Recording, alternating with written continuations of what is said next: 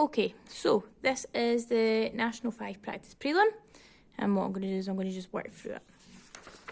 Okay, so first question. It is saying the volume of gas collected in 2 minutes was 5 centimetres cubed. What was the average rate of reaction over this time? Okay, so for our average rate of reaction, we should know our formula is change in quantity over change in time. And then you're taking the 5 centimetres cubed, which is your quantity, dividing that by your time, which is 2. 5 divided by 2 is 2.5. Your answer will then be C. Question 2. Which line in the table shows properly the properties of an ionic substance? We know that ionic substances have a high melting and boiling point and only conduct electricity whilst in liquid form because the ions are free to move. So first of all, looking through them all, here's where it's going to indicate whether it conducts as a liquid or a solid. Your answer is going to be C here. You can also see that it's got a high melting and boiling point. Which of the following elements forms an ion with a single positive charge and an electron arrangement of 2,8? Well, if you go to page 6 in your data booklet, you see it there, and we look for 2,8, which is neon, and we're looking for something with a single negative charge. That means it's gained 1 electron, so your answer is going to be fluorine. So that is part C, answer C. On to question 4. So this is a balancing reaction. Okay, so the equation will be balanced when, and if you work your way through it, so if you put X, Y, and Z, we know that H2O2, if we times this by 2, that then means we've got 4 hydrogens and 4 oxygens. Then if we times this by 2 again, we've got 2 times 2 hydrogens, 2 oxygens here, and we've still got another 2 over here, so we don't need another number in there. So it's going to be 2, 2, 1. Okay, question 5, it's saying which of the following are the spectator ions in this reaction. We know that the spectator ions are something that comes out unchanged, and if you look at it, here we've got a solid coming out. So if you were to put all these into ionic formula, like I have done here, this is your solid, but actually what goes in as an aqueous and comes out as an aqueous, it is your KNO3. So it would be K plus and NO3 minus. Okay, and that 3 should be down the bottom. 3 minus.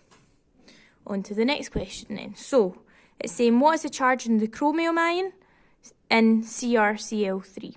So this is an A-type question. And if you look at it, we know that in order for chlorine to bond, it gains 1 electron. So when you gain 1 electron, you gain 1 negative charge. So if we have 3 of these gaining an electron, we have 3 negative charge here. In order for this to be stable, on the other side, we need a 3 positive charge. Remember, your chromium is a metal, and a metal always has a positive charged ion. On to the next question. It's saying 0.1 moles of sodium hydroxide was dissolved in water and the solution made up to 250 centimetres cubed. What is the concentration in moles per litre of the solution of sodium hydroxide? So first of all, we have got a volume in centimetres cubed. We need to turn it into litres. How do we do that? Divide it by 1,000. When you do that, you'll get 0.25. Then we can go on and use our triangle. So our triangle is NCV. How do we work out the concentration? Cover it up. So you're going to do N divided by V. N is in the question. 0.1 divided by your 0.25 that you've just worked out. And you'll get 0.4. So your answer is C there. On to the next question. So, question 8. Which of the following compounds is a base? Well, first of all, you know that a chloride, a nitrate, and a sulfate are all salts. So basically, it is your process of elimination here. We know that sodium oxide is a metal oxide. It's also a base. Okay, so your answer is A. Question 9. This is a problem-solving question. So it gives you lots of information here, and it says identify the true statement based on the information in this table. So starting at the start, so carbon dioxide can be a liquid at 40 degrees Celsius. And actually, if you look up here, it says a gas turns into a liquid, it must be cooled to its critical temperature. So if it's cooled to 31 degrees, it will then turn into a liquid. So it's not a liquid at 40, still a gas at 40. question B, part B, sorry, which is the answer, is compounds have higher critical temperatures than elements. Well, if you look at it, we've got a compound here. Remember, a compound is more than one atom bonded together. And this is 133 and 31 in comparison to all your negative numbers, which are a lot lower. Okay, so your answer to there is B.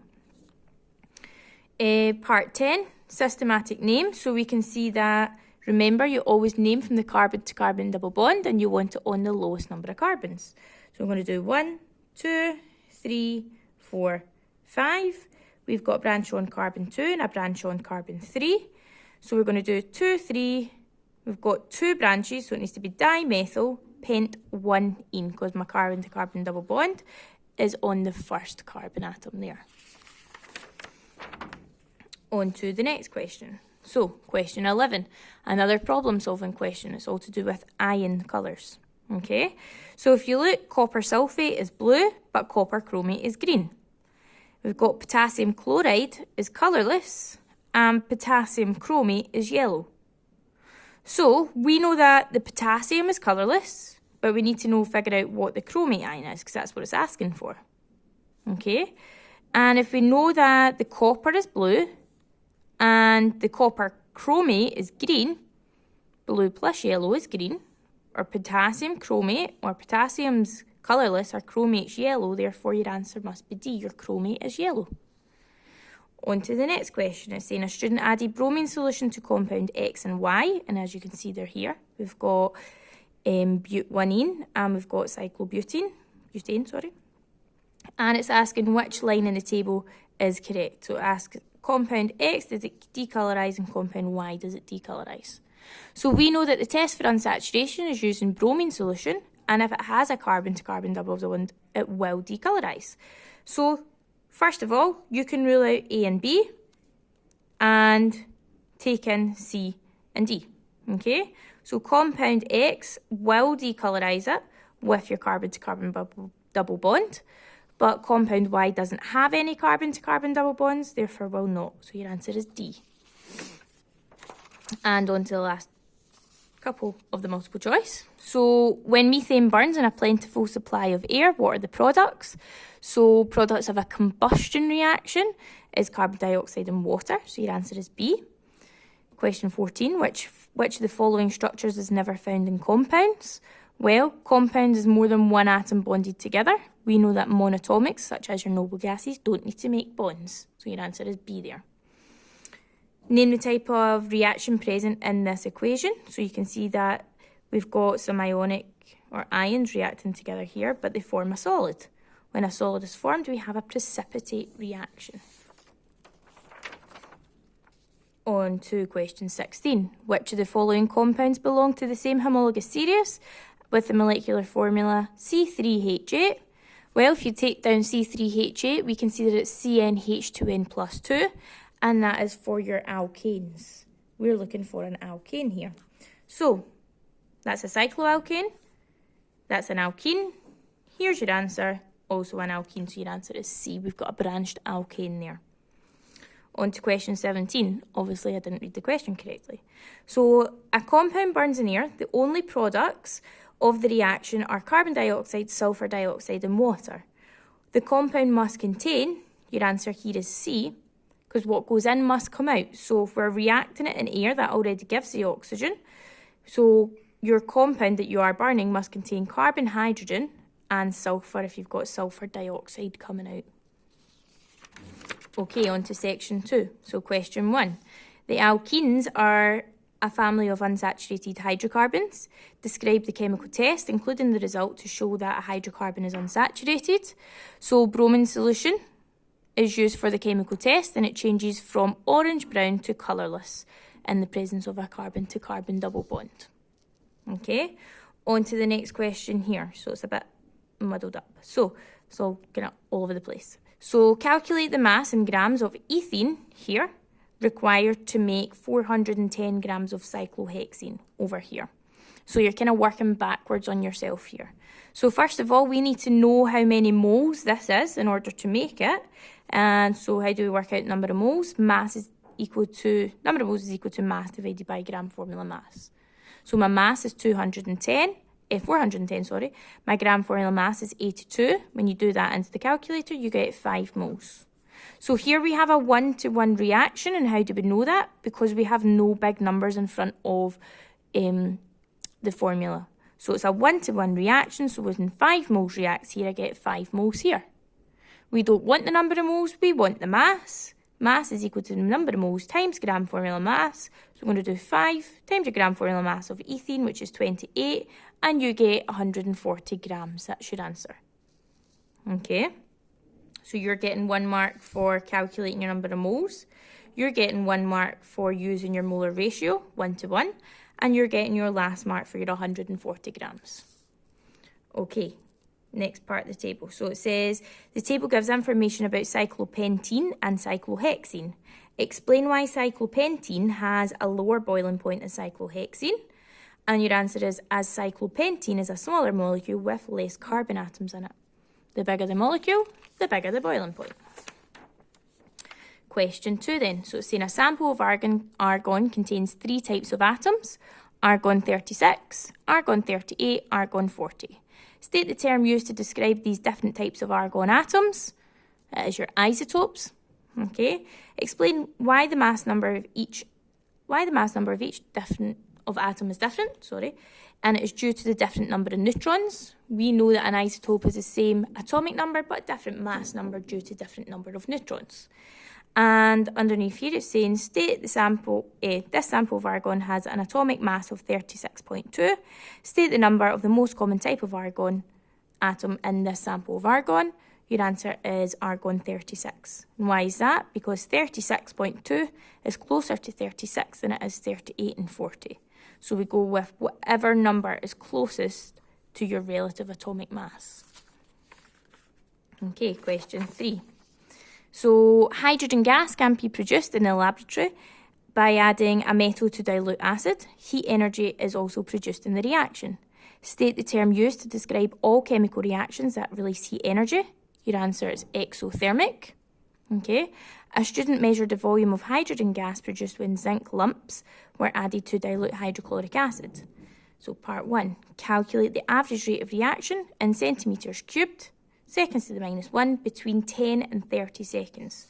So when you see you're going from a time between 2 different things, what I'd like you to do is circle what ones you are using. You are only using the values that are in those circles. So there's only 4 of them. So average rate of reaction, change in quantity over change in time. So you've got 29 minus 12, because your volume of hydrogen is your quantity, over your time, 30 minus 10, leaves you with 70 divided by 20, and your answer, when you put it into the calculator, is 0.85 centimetres cubed, seconds to the -1.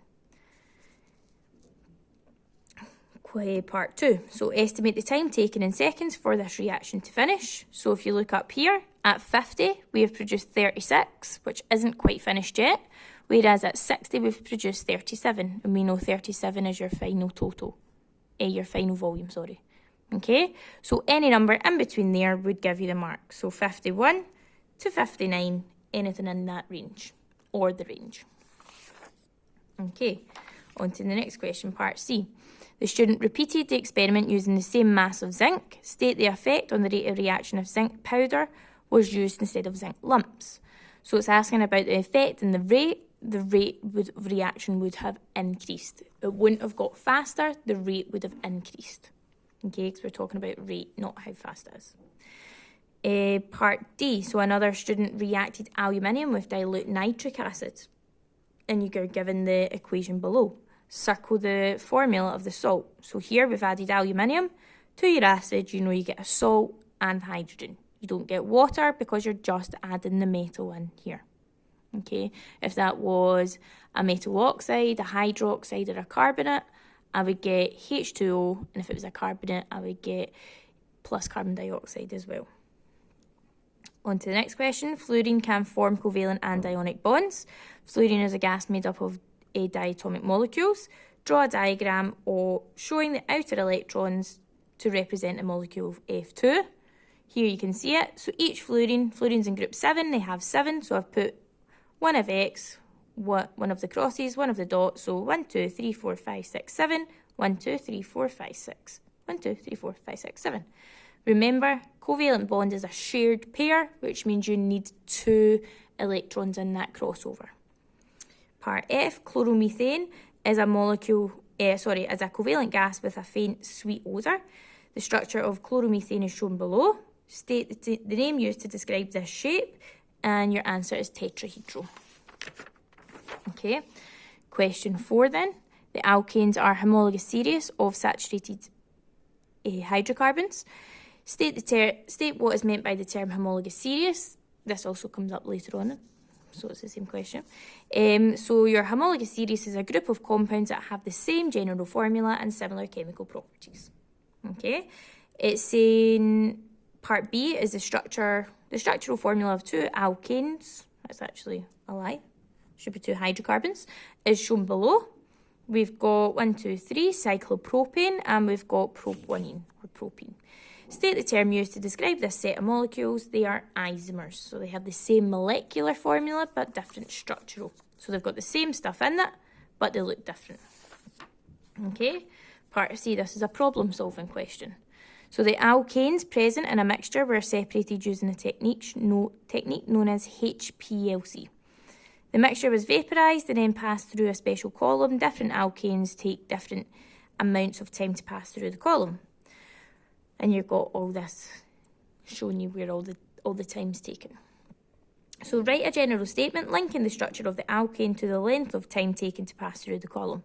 So there's a couple of different answers here.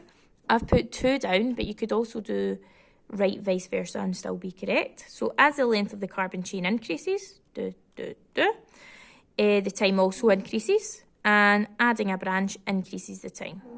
So that would also work. So you've got a branch, a branch, a branch. It was more so that one that I've seen. That would also work if you'd done the opposite or vice versa of that. Next, propane was added to the mixture of the HPLC. Add an arrow on. I've added my arrow down here. Okay. And then question 5, it's giving you a whole load of information. It's saying betaine can be used to indicate the end point of the reaction between oxalic acid and sodium hydroxide solution. State the type of acid and the type of base used in this reaction. Okay, and it tells you that over here, betaine is 9 to 10 pH, so we need above 7. So it's going to be a weak acid and a strong base. Question 8 is onto your graph. If you pause it, you can have a little look at it. Okay, you're getting 1 mark for drawing the correct graph. So 2 sets of numbers, you're drawing a line graph, or technically a scatter graph. You're getting a mark for your scale, as long as the scale is more than half the graph paper. Remember, a scale doesn't necessarily include every single part of information here. So like, you don't have a value for 30, I don't have a number at 30. Your labels, you've got that there, and your plotting is your 4th and final mark. Okay, on to the next question. Name a type of gas produced in this reaction. You're reacting acid, calcium carbonate, you're producing carbon dioxide. The student carried out a similar experiment using 75 centimetres cubed of 0.1 mole solution sulfuric acid instead. The other one was hydrochloric acid. Explain why it's a greater volume of gas produced, as H2SO4 has more hydrogen ions. Remember, it's H2SO4 and HCl. On to the next question. We have got a whole load of information, and it's asking, describe how the percentage of carbon in coal affects the average heat content. So we can see that the percentage is going down here. So as the percentage decreases, my average heat content decreases also. Okay. And next is on to the calculate percentage of iron and iron pyrite. This could be asked as an ionic question or a unit 3 question. Okay, so we've got the formula, it's given to you. So we've got two molecules of sulfur, which are both 32, 1 molecule of iron, add them together to get your gram formula mass, it is 118. Percentage mass, so it's asking you for the percentage of iron. So mass of iron, which is 56, divided by your gram formula mass, 118, times 100, put it into a percentage, is 47.4. Question 10, another problem solving question. It's saying ethers are a group of compounds containing carbon, hydrogen and oxygen. Name ether X. So you can see that you've got one carbon before, prefix for one is meth, oxy is in your kind of middle bit, and then you've got 1, 2, 3 carbons, propane.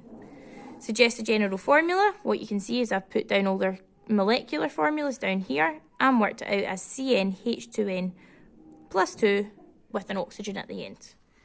Bonds between the molecule under here are weak and the bonds within the molecule are strong. That's your intermolecular bonding. Through here we've got, again, homologous series. That's the same as question 4. Down here, draw a diagram to show the outer electrons in methane. So we've got my carbon as my dots, my hydrogen as my crosses, and you can see that for each crossover there's 2. Down here, methane is a covalent molecular substance. It has a low melting and low boiling point and is a gas at room temperature. Why is it a gas at room temperature? Due to having weak bonds between different molecules but strong bonds within the molecules. Similar to this question here. Okay, on to my titration question. So what we've got is we've got the average volume. Remember, we only use the volume that are within 0.2 of each other. So we are only using 15.9 and 16.1. Average of that is 16. And then down here, what you can see is it's worked out for you. So that's my volume. Remember, it needs to be in litres, so 0.016. I've got a volume of your orange juice, which is 0.025. Concentration from the question, 0.0050. Calculate number of moles. 0.0050 times 0.016 gives you 0.00008. If you get this in scientific notation, that's also correct. So we've got a 1-to-1 reaction. So you've got the same number of moles over here. Then you're going to calculate the concentration, number of moles divided by the volume, 0.0032 as your answer there. On to the last part of the question. 13, it shows you lots of different properties. So do not conduct electricity and have high melting boiling points. That is your covalent network. And cross that one out. High melting and boiling points conduct when liquid but not when solid. Ionic. There we go. Conduct electricity when solid and have a wide range of melting points. That's metallic. And do not conduct electricity and have low melting boiling points. Discrete covalent molecular. And under here, what I'll do is I'll put this up. This is your open-ended question. It's quite a difficult one. It's all about water. So what I've done is I've drawn down the shape and also the outer electron diagram. Told you that water has a low melting boiling point. So at 0 melts at, so ice melts at 0 and it boils at, water boils at 100.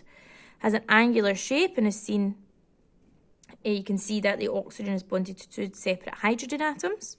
Can be used as a solvent for many ionic substances.